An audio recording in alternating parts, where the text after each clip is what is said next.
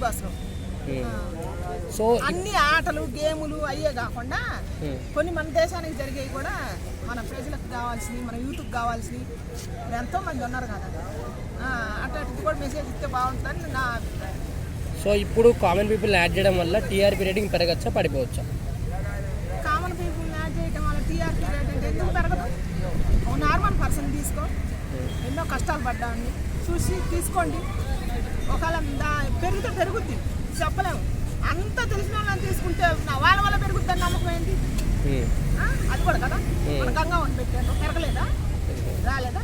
వచ్చింది. గంగమ్మ సెలబ్రిటీ కదా. సెలబ్రిటీ అంటే అసలు ఆమె వద్దునేది ఆ సెలబ్రిటీ అయింది. ఆమె రాంది ఎట్ట అయింది?